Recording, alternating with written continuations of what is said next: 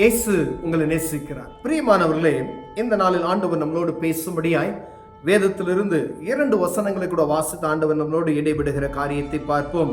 அது வெளிப்படுத்தின விசேஷம் 14வது அதிகாரம் 6வது வசனம் 7வது வசனம் இப்படியாக சொல்லப்படுகிறது. பின்பு வேறொரு தூதன் வானத்தின் மத்தியில் பறந்து வர கண்டேன். அவன் பூமியில் வாசம் பண்ணுகிற சகல ஜாதிகளும் கோத்திரத்தாரும் பாசைக்காரரும் ஜனக்கூட்டத்தாருக்கும் அறிவிக்கத்தக்கதாக நித்திய சுவிசேஷத்தை உடையவனாய் இருந்து மிகுந்த சத்தமிட்டு, தேவனுக்கு பயந்து அவரை மகிமைப்படுத்துங்கள், அவர் நியாய தீர்ப்பு கொடுக்கும் வேளை வந்தது, வானத்தையும் பூமியையும் சமுத்திரத்தையும் நீரூற்றையும் உண்டாக்கினவரை தொழுது கொள்ளுங்கள் என்று கூறினார். பிரியமானவர்களே, கடைசி காலத்தில் நடக்க போற அந்த காரியங்களை வெளிப்படுத்தின ஆண்டவர் யோவானுக்கு வெளிப்படுத்தும் பொழுது அவர் எழுதி வைக்கப்பட்ட அந்த வசனம், பின்பு வேறொரு தூதன், சுவிசேஷக தூதன் வந்து அவன் பூமியில் வாசம் பண்ணுகிற சகல ஜனங்களுக்கும் கோத்திரத்தாருக்கும் பாசைக்காரருக்கும் ஜனக்கூட்டத்தாருக்கும் அறிவிக்கத்தக்க நித்திய சுவிசேஷத்தை உடையவனாயிருந்து, இது பிரதான ஒரு சுவிசேஷம். எங்கும் தேவனுடைய நாம மகிமைக்காய் சுவிசேஷம் பிரசங்கிக்கப்பட்டு கொண்டிருக்கிறது. பாவ மன்னிப்பின் நிச்சயத்தை ஜனங்கள் பெற்றுக்கொள்ளும்படியால் இயேசு கிறிஸ்துவின் இரத்தம் சகல பாவங்களை நீக்கி சுத்திகரிக்கும் என்ற வசனத்தை எங்கும் சீசர்கள், அவருடைய ஊழியக்காரர்கள், தீர்க்கதரிசிகள் பிரசங்கித்துக் கொண்டிருக்கிறதை நாம் கேட்கிறோம். ஆனா இந்த கடைசி நாட்கள்ல தேவதூதன், சுவிசேஷகனுடைய தேவதூதன் வந்து காலம் கடைசியாய் மாறி போயிற்று, அவர் வருகை அது சமீபமாய் இருக்கிறது, அவர் ஒரு வாய்ப்பை கொடுத்திருக்கிறார். எல்லா ஜனத்தாரும், எல்லா பாசைக்காரும், எல்லா கோத்திரத்தாரும், எல்லா ஜன கூட்டத்தாரும் ஒருவரும் தப்பி போகாதபடி பூமியில் இருக்கிற அனைத்து ஜனங்களுக்கும், ஒரு குறிப்பிட்ட ஆட்களுக்கு இந்த தூதன் சொல்லவில்லை, எல்லா ஜனங்களையும் கூட்டி சேர்த்து இந்த வார்த்தையை சொல்லுகிறதை கேட்க முடிகிறது. பிரியமானவர்களே, அவர் சொல்லுகிற ஜனக்கூட்டத்தாருக்கு அறிவிக்கத்தக்க நித்திய சுவிசேஷத்தை உடையவனாய் இருந்து மிகுந்த சத்தமிட்டு, தேவனுக்கு பயந்து, கடவுளுக்கு பயப்படுகிற பயம், அவரை மகிமைப்படுத்துங்கள்.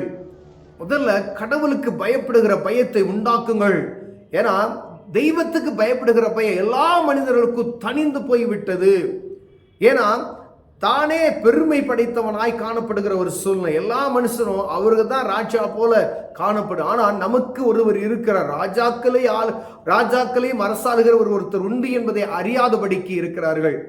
அதனால்தான் ஆண்டவர் தேவதூதன் சொல்லுகிற சத்தம், கர்த்தருக்கு பயப்படுங்கள் அப்படின்னு சொல்ல, அந்த இருதயத்தை நீங்க ஆண்டவருக்கு பயப்படுகிற ஒரு சூழ்நிலைக்கு நீங்க கடந்து செல்லுங்க அப்படின்னு சொல்றார். அப்ப தேவ பயமற்று இருக்கிற உலகம் எங்கும், இந்த ஏதோ ஒரு குறிப்பிட்ட இடம் சொல்லப்படவில்லை, சகல கோத்திரத்தாருக்கும் சகல பாசைக்கார எல்லா மொழி பேசுகிற ஜனத்திற்கும் எல்லா ஜன கூட்டத்திற்கும் அவர் சொல்லுகிற சத்தம் என்னன்னா, கடவுளுக்கு நீங்கள் பயப்படுகிற பயத்தை உண்டாக்கி கொள்ளுங்கள். ஒருவேளை நீங்க இவ்வளவு நாள் கர்த்தருக்கான பயப்படாம இருக்கலாம், தெய்வ பயம் அற்ற போன சூழ்நிலையில் இருக்கிறான். தேவ பயம் இல்லை அப்படின்னு சொன்னா அது சீர்கெட்டு போகும், கர்த்தருடைய வார்த்தை இல்லைன்னா சீர்கெட்டு போகும் என்று சொல்லுகிறது போல, தேவ பயம் இல்லாதவர்கள் துணிச்சல் உள்ளவர்கள் என்று சொல்லப்படுகிறது. அப்படிப்பட்ட மனிதர்களை பார்த்து ஆண்டவர் சொல்ல, அநேக ஜனங்கள் உண்டார்கள், எல்லா எத்தனையோ ஜனக்கூட்டங்கள் இருக்க, ஆனால் கடவுளுக்கு பயப்படுகிற அநேக மக்கள் உண்டு. எல்லா மதத்திலும் இருக்கிறாங்க, எல்லா நாட்டிலையும் இருக்கிறாங்க. கடவுளுக்கு பயந்து உண்மையாய் நடக்கணும் அப்படின்னு சொல்லி உத்தம நடக்கக்கூடிய எவ்வளவு ஆட்கள் இருக்கிறார்கள். ஆனாலும் ஆண்டவர் சொல்லுகிறார், எல்லாரும் தப்பி போக, ஒருவரும் கெட்டு போகாதபடி நித்திய ஜீவனை பெற்றுக் கொள்ளும்படிக்காய் ஆண்டவர் ஒரு சத்தத்தை தொனிக்க பண்ணுகிறார். எல்லா ஜனங்களுக்கும் கடவுளுக்கு பயப்படுகிற பயத்தை உண்டாக்கி கொள்ளுங்கள், அவரையே நீங்கள் மகிமைப்படுத்துங்கள் என்று இரண்டாவதாக சொல்லுகிறார். முதல்ல கடவுளுக்கு நீங்க பயப்படுகிற பயம் அப்ப இன்னது என்று அறிந்து அவருக்கு பயப்படுங்க, மனுஷனுக்கு பயப்படாத, கடவுளுக்கு நீ பயப்படு என்று சொல்லுகிறார். இரண்டாவது, அவரை மகிமைப்படுத்துவதற்கு ஒரு நாளும் நீ தவறி போகாத. உனக்கு செய்த நன்மைகளை, இவ்வளவு நாள் ஜீவனை கொடுத்தாரா, எத்தனை நாள் உன்னை பாதுகாத்து இருக்கிறார், மரணத்தில் இருந்து உன்னை மீட்டுக் கொண்டிருக்கிறார், போக்கிலும் வரத்திலும் அவர் உன்னை நடத்தி வருகிறார், உன் தேவைகளை சந்தித்திருக்கிறார். ஒவ்வொரு நாளும் நீ இருப்பதும் இல்லாமல் இருக்கிறதும் ஆண்டவருடைய சித்தம், தேவனுடைய பரிபூர்ண சித்தத்தின்படி வாழ்ந்து கொண்டிருக்கிறோம் என்கிற நினைத்து ஆண்டவரை மகிமைப்படுத்த வேண்டும் என்று வேதம் சொல்லுகிறது பிரியமானவர்களே. அப்படின்னா ஒவ்வொரு நாளும் அவரை மகிமைப்படுத்தும். கடவுளுக்கு பயப்படுகிற பயம் இருக்கணும், அவரை மகிமைப்படுத்தணும். என்னுடைய துதியை நான் ஒருவருக்கும் கொடேன் என்று சொன்ன தேவன் அவரை மகிமைப்படுத்தும்படியா இங்கு சொல்லப்படுகிற காரியத்தை பார்க்க முடிகிறது பிரியமானவரே. அவர் நியாய தீர்ப்பு கொடுக்கும் வேளை வந்தது. பாருங்க, அவர் நியாய தீர்ப்பு கொடுக்கக்கூடிய வேலை வந்துவிட்டது. கடைசி காலம் இது நியாய தீர்ப்பை கொடுக்கக்கூடிய ஒரு வேலையில நாம் நின்று கொண்டு இருக்கிறோம். மிகவும் நீங்கள் ஜாக்கிரதையா இருக்கும்படி ஆண்டவர் உங்களோடும் என்னோடும் இடைப்பட்டு கொண்டு இருக்கிறதை மறந்து போகாதபடிக்கு எச்சரிக்கையா இருக்கும்படி ஆண்டவர் இடைபடுகிறார். கடைசி காலத்துல நியாய தீர்ப்பு நாள். இந்த நியாய தீர்ப்பு எப்படி இருக்கையா? ஒரு மனிதன் கொடுக்கிற ஒரு நியாய தீர்ப்பை போல அல்ல. இதை சகித்துக் கொள்ள முடியாது என்று ஆண்டவர் சொல்லுகிறார் பிரியமானவர்களே. வந்தது வானத்தையும் பூமியும் சமுத்திரத்தையும் நீரூட்டியும் உண்டாக்கினவரையே தொழுது கொள்ளுங்கள் என்று கூறினார். வானத்தையும் பூமியும் சமுத்திரத்தையும் நீரூற்றுகளையும் உண்டாக்கின தெய்வத்தை நீங்கள் ஆராதிக்கும்படியாய் கவனமாயிருங்கள் என்று சொல்லுகிற அந்த சத்தத்தை கேட்க முடிகிறது பிரியமானவர்களே. ஒரு எச்சரிப்பின் செய்தியாய் அவர் கொடுக்கிறதை நாம் பார்க்க முடியும். நீங்கள் கவனமாய் இருந்து கொள்ளுங்கள், இது காலம் கடைசியாய் மாறிவிட்டது, அவருடைய வருகை சீக்கிரமாய் இருக்கிறது, அவருடைய கோபம் வரப்போகிறது என்று சொல்லிவிட்டு அதற்கு நீங்கள் ஆண்டவருக்கு பயப்படுகிற பயத்தை, ஒருவேளை நீ இவ்வளவு நாள் இப்படி வராலும் வாழ்ந்திருக்கலாம், ஒரு வாய்ப்பை ஆண்டவர் உனக்கு கொடுக்கிறார். கர்த்தருக்கு பயப்படுகிற பயம், தெய்வத்துக்கு பயப்படுகிற பயத்தை உன் இருதயத்தில் முதல் வைத்துக் கொள்ளு. இரண்டாவது, அவருக்கே மகிமையை நீ செலுத்து என்று சொல்லுகிற சத்தத்தை கேட்க முடிகிறது பிரியமானவர்களே.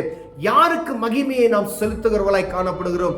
யாருக்கு பயப்படுகிறவர்களாய் நான் காணப்படுகிறோம்? ஆண்டவருக்கு பயப்படுகிறோமா? தெய்வத்துக்கு நாம் பயப்படுகிறோமா? அவருக்கு மகிமையை நாம் செலுத்துகிறோமா என்று பார்க்கும்படியா எச்சரிப்போடு இருக்க அழைக்கப்படுகிறோம் பிரியமானவர்களே. அதே போல வானத்தையும் பூமியும் சமுத்திரத்தையும் நீரூற்றியும் உண்டாக்கினவரை மகிமைப்படுத்துங்கள் என்று சொல்லுவோம். அவரையே தொழுது கொள்ளுங்கள். ஐயா, வானத்தை படைத்தவர் எப்படி இருப்பாரு? பூமியை படைத்தவர் எப்படி இருப்பாரு? சமுத்திரத்தை படைத்தவர் எப்படி இருப்பாரு? நீரூற்றை உண்டாக்கினவர் எப்படி இருப்பார்? யாருக்கு தெரியும்? வானத்தையும் பூமியும் படைத்தவர் இப்படிதான் இருப்பார், யாராலும் கணிக்க முடியாது.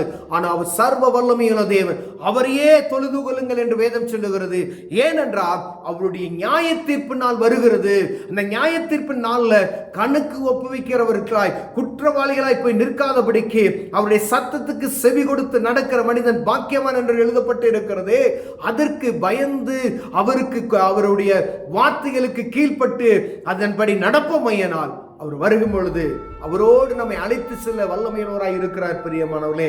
நீ என்னுடைய பந்தியில் சேர்த்துக் கொள்வாய் என்று சொல்லுவார். ஒருவேளை அவருடைய சத்தத்துக்கு செவி கொடுக்காதபடி இருப்போமானால் அவர் புறம்பே தள்ளுகிற மனிதர்களாய் நாம் மாற்றப்படுவோம் பிரியமானவர்களே. யாருன்னே நமக்கு தெரியாது என்று சொல்லிவிடுவார். அதுக்கு தான் ஆண்டவர் சொல்லுகிறார், தீர்க்கதரிசி தேவதூதனை கொண்டு இந்த கடைசி பின்பு வேறொரு தூதன் வந்து சுவிசேஷத்தை அறிவிக்கிறது போல இந்த வார்த்தையை அறிவிக்கிறதை நாம் பார்க்க முடிகிறது. தெய்வ பயம் இருக்கிறதா? ஆண்டவரை மகிமைப்படுத்துகிறீங்களா? வானத்தையும் பூமியும் சமுத்திரத்தையும் நீரூற்றை உண்டாக்கிறவருக்கு ஆராதனை செலுத்துகிறோமா என்று பார்க்கும்படி அழைக்கப்படுகிறோம் பிரியமானவர்களே. அவரை ஆராதிப்போம், அவருடைய வருகைக்கு காத்திருப்போம், அவருக்கு நியாயசாசனத்துக்கு முன்பதாய் போய் நிற்க போகிறோம் என்ற உள்ளார்ந்த உணர்வோடு போய் தேவனை ஆராதிப்போம் பிரியமானவர்களே. கண்களை மூடுவோம், ஜெபிப்போம். அன்பின் தகப்பனே, ஆண்டவரே, நீரே சர்வ வல்லமையுள்ள தேவன், உம்மையே ஆராதிப்போம் ஆண்டவரே, உமக்கு பயப்படுவோம் ஆண்டவரே, உம்மையே துதிப்போம் ஆண்டவரே. கிருபை பாராட்டுங்க. இயேசுவின் நாமத்தில் பிதாவே, ஆமென்.